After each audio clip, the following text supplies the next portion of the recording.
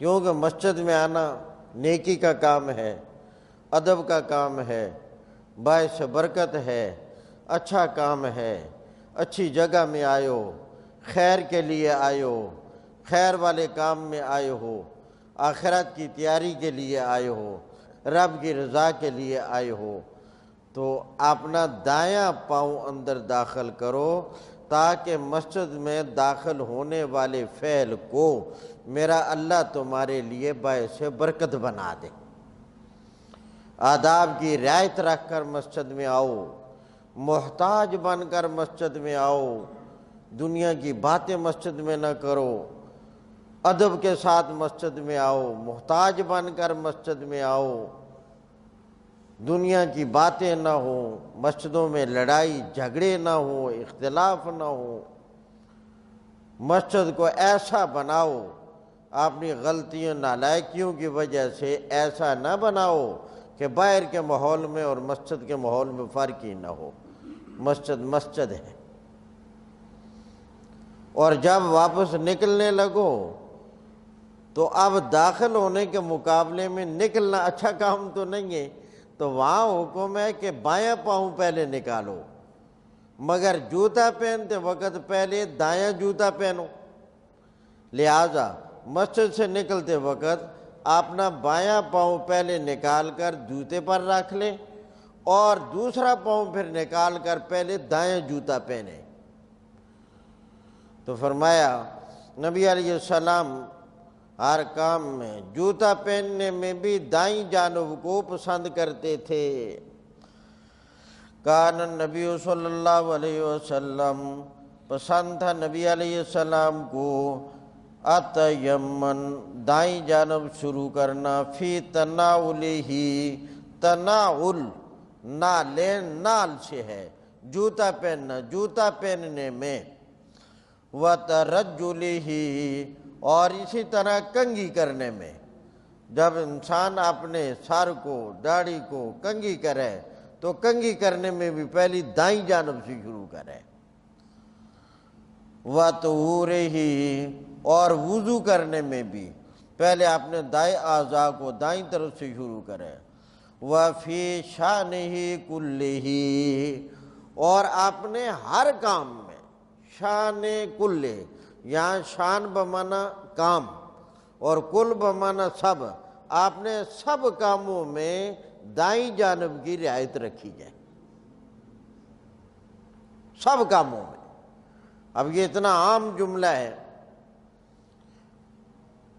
اگر کچھ لوگ باہم مشورے کے لیے بیٹھ گئے اور اس مجلس میں ظاہر ہے ایک آدمی بڑا ہوگا جو مشورہ لے گا، فیصلہ کرے گا، تو اس آدمی کو چاہیے کہ وہ دوستوں سے مشورہ لینے میں دائیں جانب سے شروع کرے۔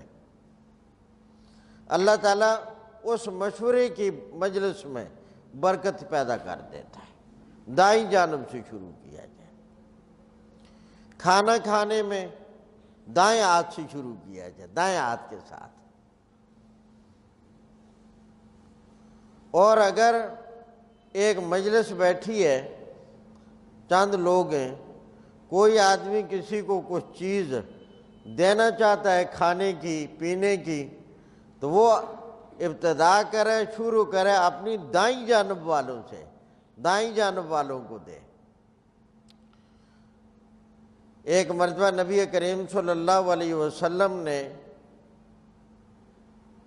کوئی کھانے کی چیز کھائی اور کچھ بچ گیا، تو وہ نبی علیہ السلام نے اپنی دائیں طرف والے آدمیوں کو دی۔ اور ایک مرتبہ ایسا بھی ہوا کہ نبی علیہ السلام نے کوئی مشروب استعمال کیا،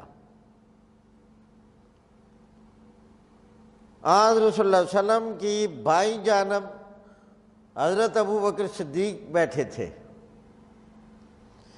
اور دائیں جانب بالکل ساتھ ایک عام دیہاتی آدمی بیٹھا تھا۔ اب نبی علیہ السلام کی تعلیم کے مطابق حق بنتا تھا اس دائیں جانب والے دیہاتی کا، مگر نبی کریم علیہ السلام کی چاہت یہ تھی کہ یہ مل جائے ابو بکر صدیق کو۔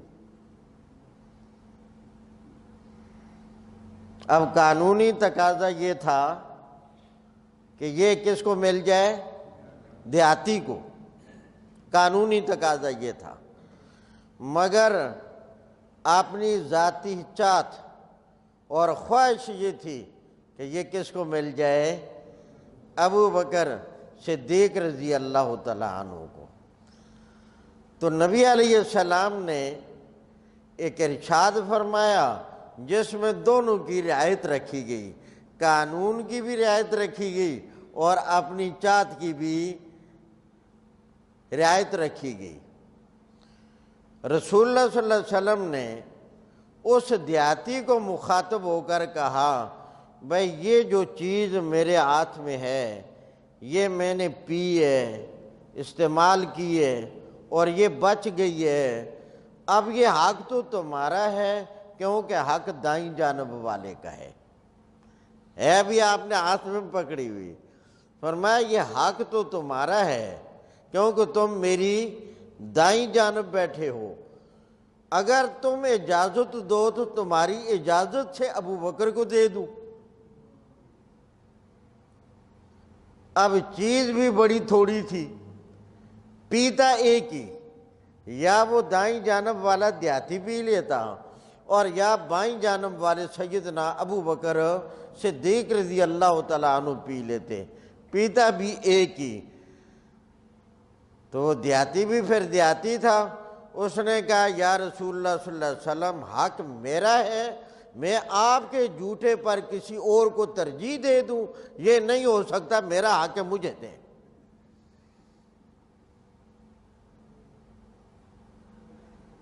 تو ہر معاملے میں دائیں جانب کو رسول اللہ صلی اللہ علیہ وسلم، اور یہاں تک کہ جب ہم راستے پر چلیں تو رسول اللہ صلی اللہ علیہ وسلم کی تعلیم اور ہدایت یہی ہے کہ تم راستے پر دائیں جانب چلو، راستے پر۔ اب قانون تو یہی ہے، مگر اس وقت عملی طور پر ہمارے ملک کا جو قانون ہے اس میں وہ تو اس کے برعکس ہے۔ ملکی قانون وہ تو بائیں طرف چلنے کا ہے، لہذا آپ اگر یہ درس سن کر کہیں جی میں تو سنت والا عمل کروں گا، تو پھر نکلتے وقت، سوار ہوتے وقت پہلے کلمہ بھی پڑھ لیں، کیونکہ ہر آدمی آپ کو کہے گا او بھائی کیا کر رہے ہو، غلط آ رہے ہو، گالیاں بھی نکالیں گے، تیزی سے بھی بولیں گے، حالانکہ یہ معلوم نہیں کہ غلط وہ چل رہے ہیں۔ اور یہ غیر مسلم بڑے عجیب ہیں، میں نے سنا ہے کہ ان کے اپنے ملکوں میں دائیں طرف چلنے کا طریقہ کار ہے اور ہمیں بائیں پہ لگا دیا ہے۔ وہاں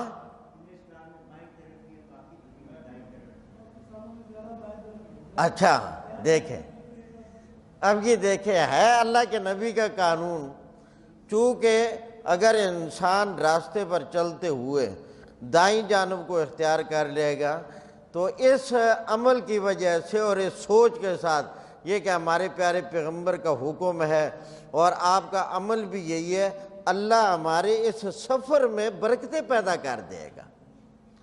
یہ چیزیں کہنے اور سننے کو بڑی چھوٹی چھوٹی معلوم ہوتی ہیں، لیکن یقین جانیں کہ اگر ان کی گہرائی پر آدمی جب رسول اللہ کی محبت کے ساتھ آدمی سوچے، ان چیزوں میں بہت بڑی روحانیت ہے۔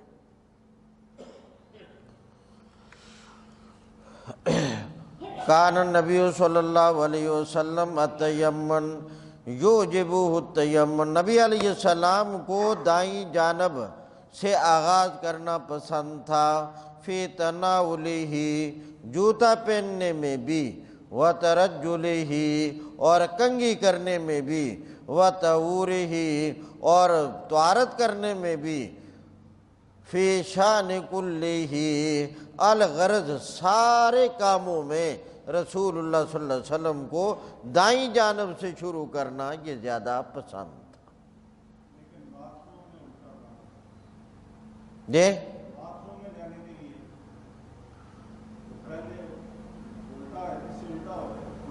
جی جی جی ہاں بالکل ایسا ہی جی۔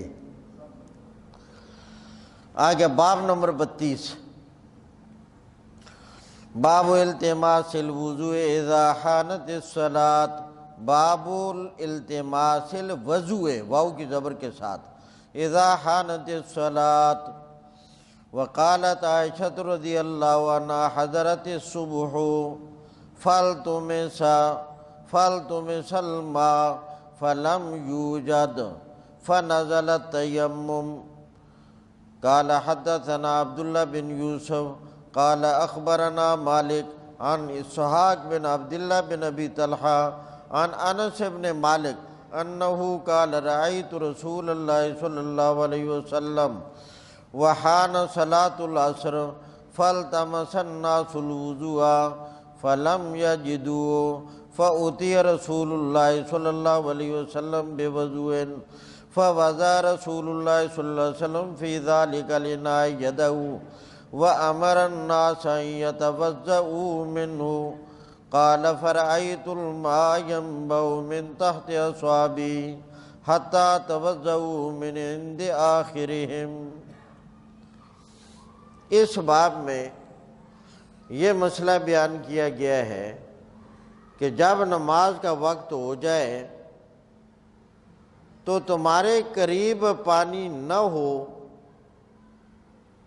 تو فوراً تیمم نہ کرو، بلکہ پہلے پانی کو اچھی طرح تلاش کرو،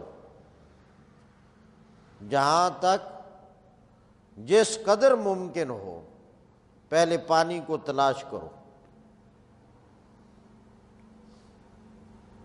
اگر تھوڑا دور سے جا کر بھی پانی ملنے کی توقع ہو تو پھر وضو نہ کرو، تیمم نہ کرو، بلکہ جا کر پانی لے کر وضو کرو۔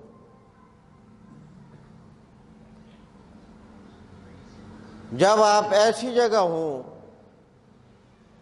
کہ تلاش کے باوجود پانی نہ ملا اور ملنے کے قریب اور توقع ہے ہی کوئی نہیں آپ کے خیال عالی کے مطابق، تو پھر مسئلہ یہ ہے کہ تیمم کر لیا جائے۔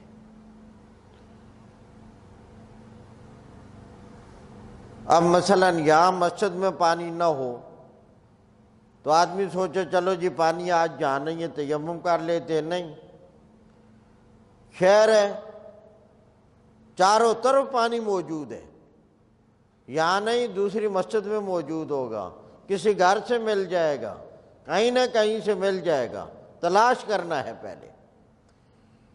اور یہاں تک کہ اگر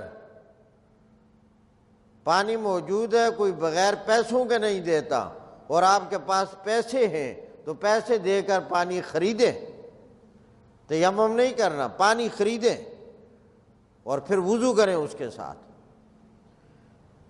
تو تیمم اس وقت ہوتا ہے جب بالکل پانی ملنے کی کوئی توقع نہ ہو، اس لیے پہلے پانی تلاش کرنا ہے، تلاش کر کے پھر گویا کہ نہ ملنے کی صورت میں تیمم ہوگا۔ اس باب میں ایک تو شروع میں امام بخاری رحمۃ اللہ علیہ نے اس واقعہ کی طرف اشارہ کیا کہ جس واقعہ میں تیمم کا حکم نازل ہوا تھا۔ سن 5 ہجری میں غزوہ بنی مستلق کے سفر میں جب نبی کریم علیہ السلام نے اور حضرات صحابہ کرام نے واپسی پر ایک جگہ پڑاؤ کیا، رات گزاری، صبح سویرے اٹھ کر آگے جانے کا ارادہ کیا کہ آگے جاتے ہیں کسی پانی پر اور وہاں جا کر تھوڑا آرام بھی ہو جائے گا، نماز بھی پڑھ لیں گے۔ مگر ام المومنین حضرت عائشہ رضی اللہ تعالی عنہ کا ہار گم ہو گیا۔ ہار بھی مستعار تھا، مانگا ہوا تھا، اپنا نہیں تھا، بڑی بہن کا تھا۔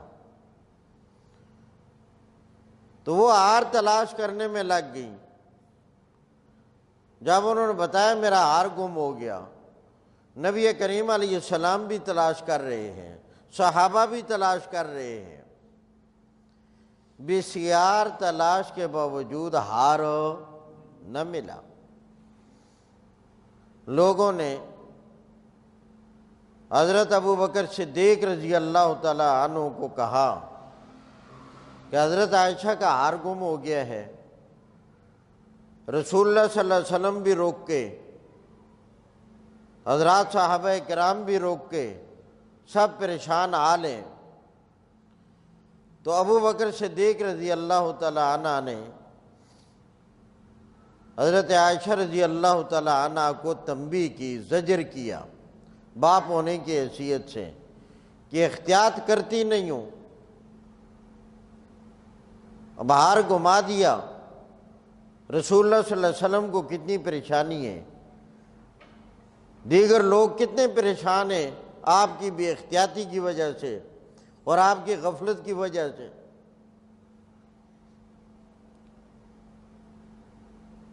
اسی دوران اللہ کریم نے تیمم کا حکم نازل کر دیا، جو اس سے پہلے اللہ نے آدم علیہ السلام سے لے کر آج کی اس صبح تک کسی نبی پر نازل نہیں کیا تھا۔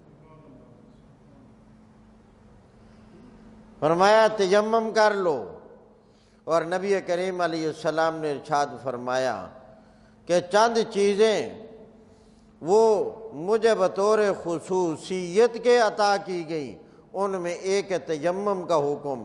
فرمایا اللہ نے کسی نبی کے دور میں تیمم کی اجازت نہیں دی، اور اللہ نے مجھے تیمم کی اجازت دے دی، یعنی میری امت کے لیے۔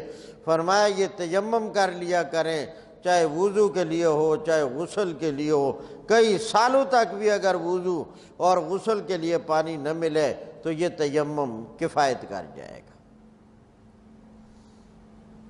اللہ کے حکم سے طہارت اور پاکیزگی حاصل ہو جائے گی۔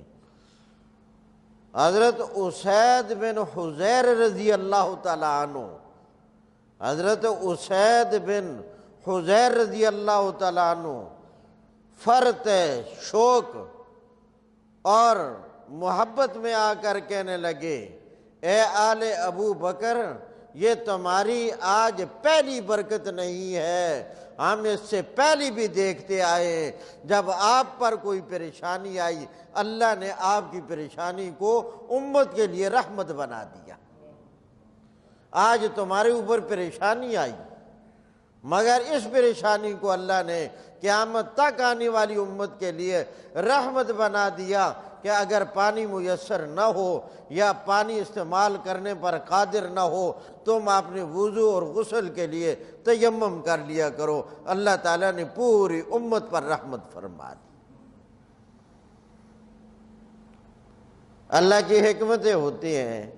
اور جب یہ سارا معاملہ ہو جانے کے بعد اونٹ کو اٹھایا تو ہار نیچے سے نکل آیا۔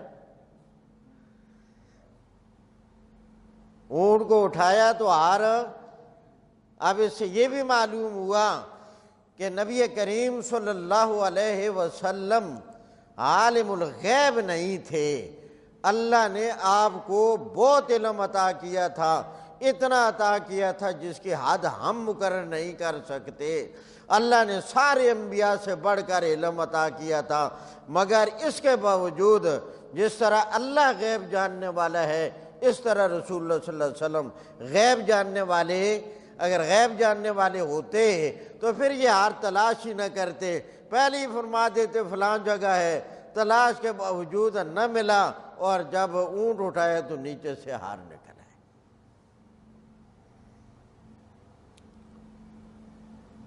تو اب یہاں صحابہ کرام نے باقاعدہ پانی تلاش کیا اور پانی نہ ملا، پھر اللہ نے یہ تیمم کا حکم نازل کر دیا، اور قیامت تک کے لیے اللہ کی جانب سے ایک رخصت اور سہولت آ گئی۔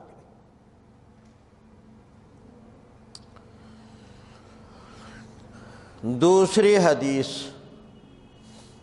جو اس باب میں نقل کی گئی ہے وہ پہلے اس کا خلاصہ سمجھ لیں، پھر ترجمہ کرتا ہوں۔ وہ واقعہ سن 6 ہجری حدیبیہ کے سفر کا، جب سن 6 ہجری میں رسول اللہ صلی اللہ علیہ وسلم 1400 صحابہ کرام کو لے کر عمرے کا احرام باندھ کر چل پڑے تھے، اور حدیبیہ کے مقام پر روک دیا گیا تھا۔ اس سفر میں ایک واقعہ یہ پیش آیا کہ جب یہ لوگ سفر میں تھے، عصر کی نماز کا وقت آ گیا۔ کون سے؟ عصر کی نماز کا وقت آ گیا، اور خیال تھا، کسی نے کہا یہاں آگے ایک کنواں آئے گا، اس میں کنواں ہوتا تھا، اس میں پانی ہوگا، چلو وہاں پہنچ کر وضو کر لیں گے پانی نکال کر۔ پانی کسی کے پاس موجود نہ تھا۔ جب وہاں پہنچ کر دیکھا تو وہ کنواں بھی خشک تھا، پانی نہیں تھا، صحرا تھا، بیابان تھا، جنگل تھا، اور وہ لوگ اس علاقے سے سفر کیا کرتے تھے، تو جو لوگ کسی راستے پر بیابان جنگل کے اندر سفر کرتے ہیں انہیں اندازہ ہوتا ہے کہاں پانی ہے کہاں پانی نہیں۔ اب ان کے خیال کے مطابق وہاں قریب کوئی پانی نہیں تھا۔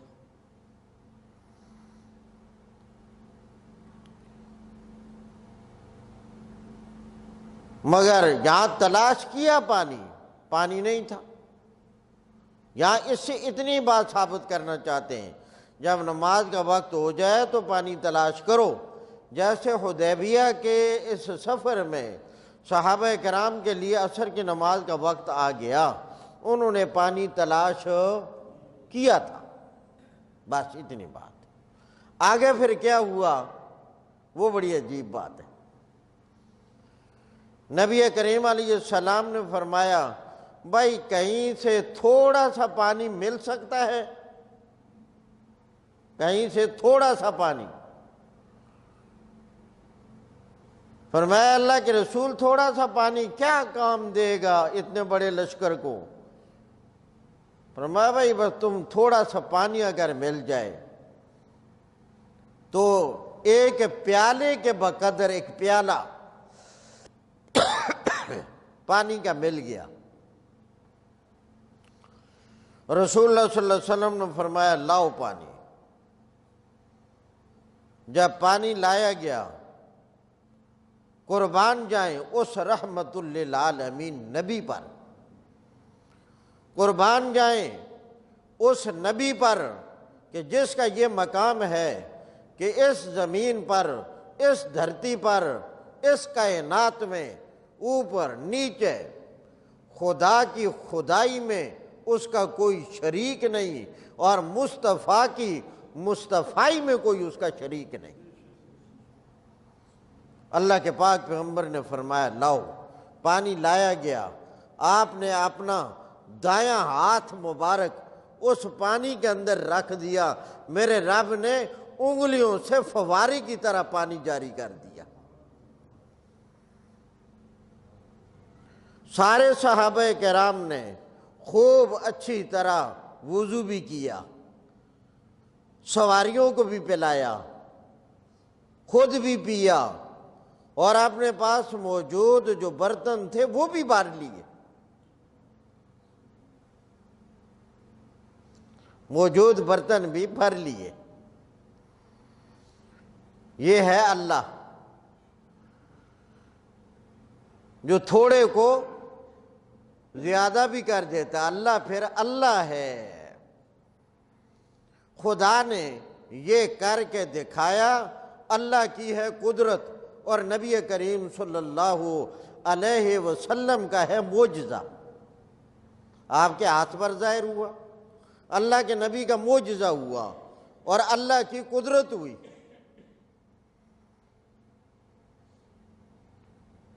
جیسے سن 5 ہجری میں غزوہ احزاب کے موقع پر حضرت جابر کی دعوت میں 2-3 آدمیوں کا کھانا پورے لشکر کے لیے کافی ہو گیا، حیران ہو گئے، کھانا 2-3 آدمیوں کا، اور 300 یا ایسے بھی کچھ متجاوز لوگ تھے جنہوں نے کھانا کھایا۔ تو صحابہ نے بڑے حیران ہو کر پوچھا کہ یہ تھوڑا اور اتنا زیادہ ہو گیا؟ قیل یا رسول اللہ من این البرکۃ، سوال کیا گیا اللہ کے پاک پیغمبر یہ برکت کہاں سے آ گئی؟ قال، اللہ کے نبی نے ارشاد فرمایا البرکۃ من اللہ، برکت اللہ کی جانب سے آ گئی۔ یہی آپ نماز میں پڑھتے رہتے ہیں، وَتَبَارَكَ اسْمُكَ، تیرا نام ہی بڑی برکت والا ہے۔ تو یہاں بھی برکت آ گئی، ایک پیالہ پانی کا اتنے لوگوں کے لیے جو کئی سینکڑے تھے، سب کے لیے کافی، وضو بھی کیا، پیا بھی، سواریوں کو بھی پلایا، برتن بھی بھر لیے۔ تو یہ اللہ کی قدرت کا اظہار، اللہ کی قدرت کی دلیل، اور نبی کریم صلی اللہ علیہ وسلم کا کیا ہو گیا؟ معجزہ۔ اب ترجمے پر غور۔ باب الالتماس الوضو، یہ باب ہے وضو کے لیے پانی تلاش کرنا، التماس تلاش کرنا، وضو کا پانی۔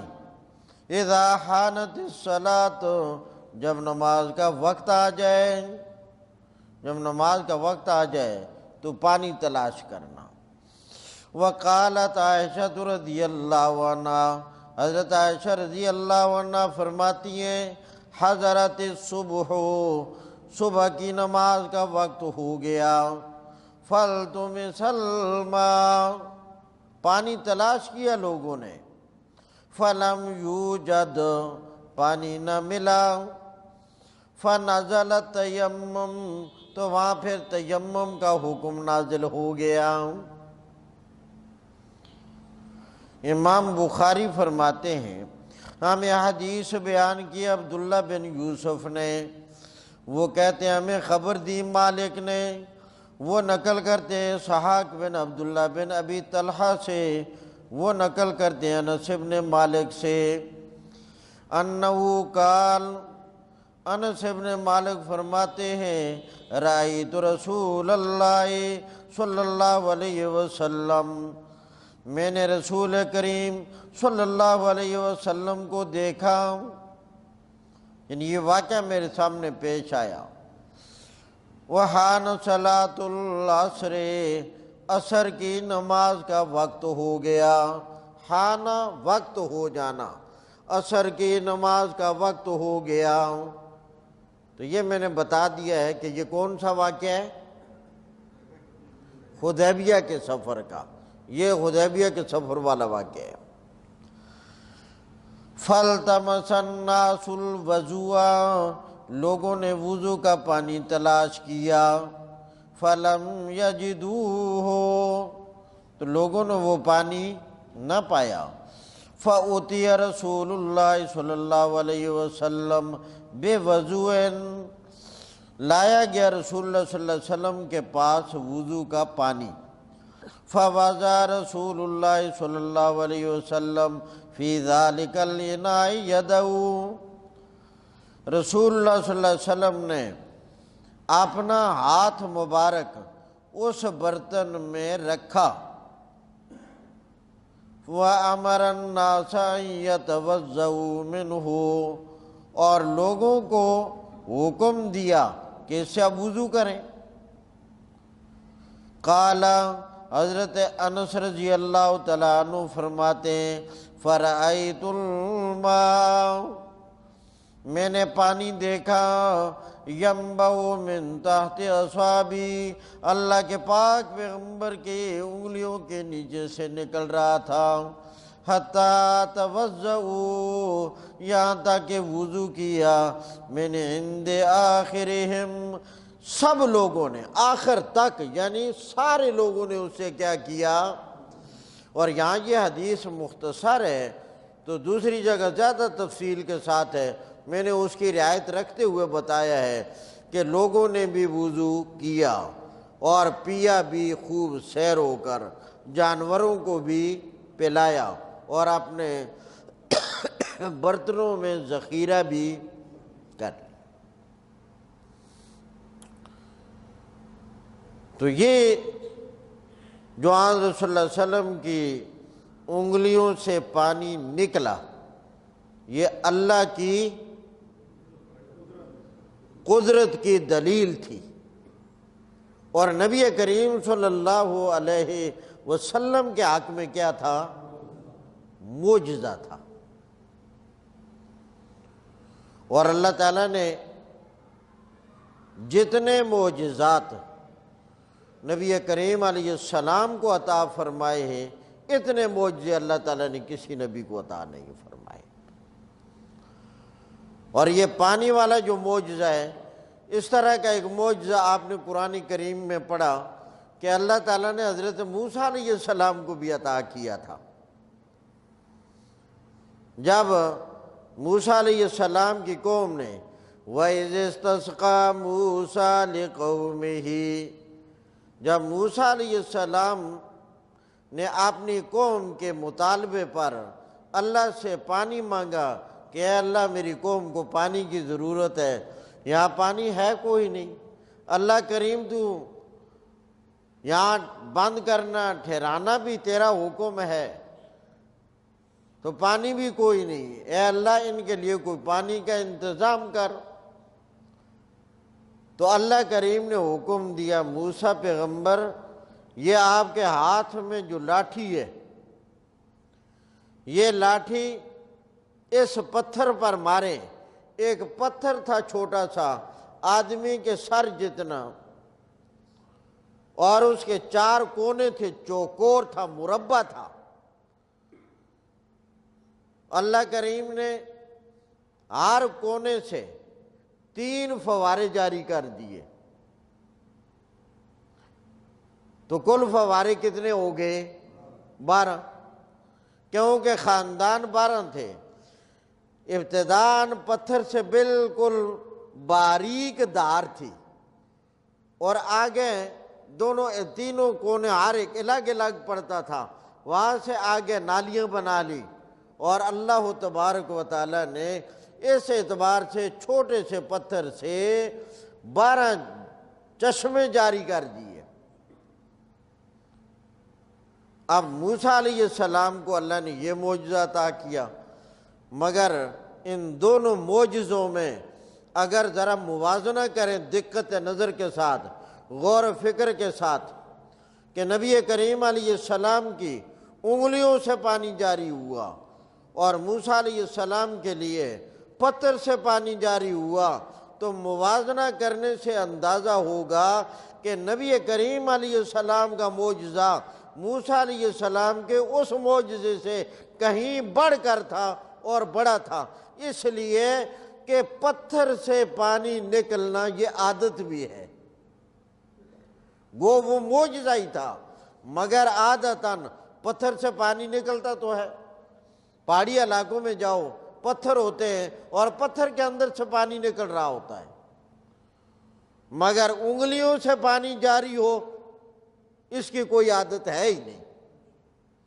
اس اعتبار سے رسول کریم صلی اللہ علیہ وسلم کا معجزہ موسیٰ علیہ السلام کے اس معجزے کے مقابلے میں کہیں بڑھ کر تھا۔ اس سے آگے کے جو 2 باب ہیں ان کے مسائل ذرا بڑے دقیق ہیں، بڑا اس میں سمجھنے سمجھانے میں ذرا تھوڑا زور لگانا پڑے گا، اس لیے آج جہیں تک کافی ہے، اور انشاءاللہ زندگی نے ساتھ دیا تو آگے 2 اعلان بھی ضروری سن لیں۔ ایک اعلان تو یہ ہے کہ ہمارے دروس کا جو یہ ریکارڈنگ کا سلسلہ شروع ہے، کچھ دوستوں نے یہ ہمت کی کہ اس پروگرام کو ریکارڈنگ کر کے آگے مزید پھیلایا جائے، زیادہ سے زیادہ لوگ سننے والے ہو جائیں، تو اس کے بارے میں کل جمعے والے دن مغرب کے بعد درس ہوگا، اور درس کے آخر میں اس کی تفصیل سے آگاہ کیا جائے گا کہ ان ریکارڈنگ والے دروس سے اور محفوظ شدہ وعظوں سے کیسے فائدہ حاصل کیا جا سکتا ہے، اور کیسے آگے دوسروں تک اس بات کو پہنچایا جا سکتا ہے، اس کے بارے میں تفصیل اور تقریب رونمائی گویا ہوگی۔ تو آپ میں سے بھی جو حضرات ہمت کر سکیں تو کل کے درس میں ضرور تشریف لائیں تاکہ اس پروگرام کو بھی سن لیا جائے۔ دوسرا اعلان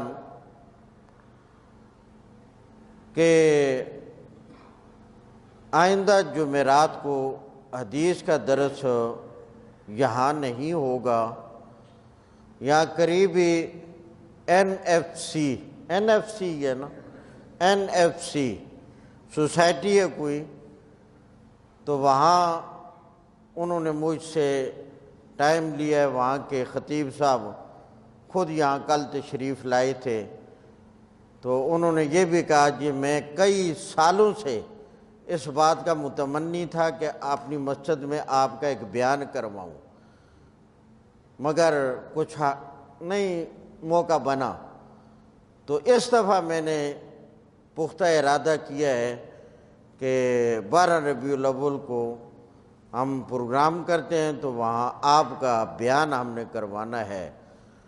تو ہم نے دینی کی بات کرنی ہے، چلو کئی سالوں سے بقول ان کے وہ تمنا رکھ رہے تھے، تو ہم نے اللہ کا دین ہی سنانا ہے، تو اس لیے یہاں یہ درس نہیں ہوگا، یہ پھر اگلی جمعرات کو انشاءاللہ ہوگا۔ تو اس این ایف سی والی مسجد میں جس کو آسانی کے ساتھ آنا ہو سکے، این ایف سی کی جو بڑی مسجد ہے اس میں پروگرام ہے آئندہ جمعرات کو مغرب کی نماز کے بعد۔ تو یہ دوسرا اعلان تھا۔